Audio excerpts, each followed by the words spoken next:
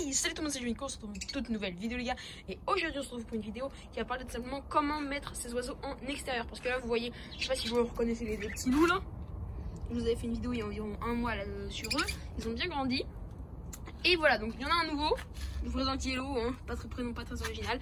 Et donc je vais vous dire comment je les mets en extérieur, etc. Donc déjà, première chose à prendre en compte, si vous voulez les mettre en extérieur. C'est un peu con comme question, mais c'est quand même à prendre en compte parce que mettre en extérieur ça pose plusieurs problèmes. Déjà le froid, donc il faut vraiment qu'ils aient un abri. Alors les perruches ondulées pas forcément, mais d'autres oiseaux ont besoin d'abri comme les kakariki, donc je vous ferai une vidéo tout à l'heure, ont besoin d'abri. Donc je leur ai quand même mis un abri, mais ils y rentrent pas trop. Il fait assez froid, mais ils y rentrent pas trop. Donc déjà il y a besoin d'une grande cage. Pourquoi? Parce qu'un oiseau qui est dans une petite cage, à l'intérieur ça va pas être super, mais ça va pas être trop grave. À l'extérieur ils ont besoin de se dépenser, donc ils ont besoin d'une grande cage.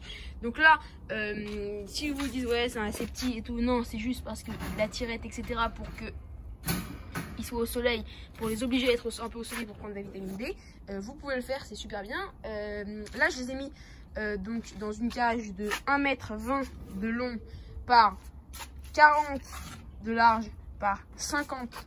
Voilà, donc ça fait quand même un beau volume pour 3 petites perruches ondulées. Donc là elles ont environ atteint leur taille adulte, hein, il n'y a pas de problème là-dessus. Donc il faut qu'elles aient quand même une grande cage comme je vous l'ai dit, des branches à grignoter pour pas qu'elles se fassent chier toute la journée, et vous pourrez éventuellement les rentrer de temps en temps quand il fait vraiment très très froid. Ça c'est quand même assez important aussi.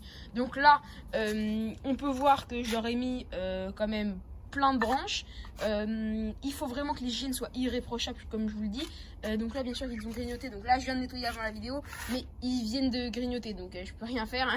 Vous voyez que là ils ont arraché la branche et tout, mais voilà, il faut vraiment nettoyer tous les jours, c'est super important. Il faut pas qu'il y ait de fientes, faut pas qu'ils marchent dans leur fiente. Et j'ai vu plein d'endroits où les oiseaux étaient comment dire, dans leur fiente, etc. C'est très mauvais. Il faut vraiment nettoyer très souvent, etc. Donc là en l'occurrence ces perruches là sont apprivoisées.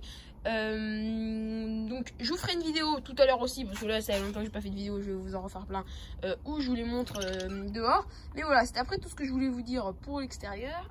Si vous avez aimé les vidéos, n'hésitez pas à la liker et à la commenter et partager, pourquoi pas, hein.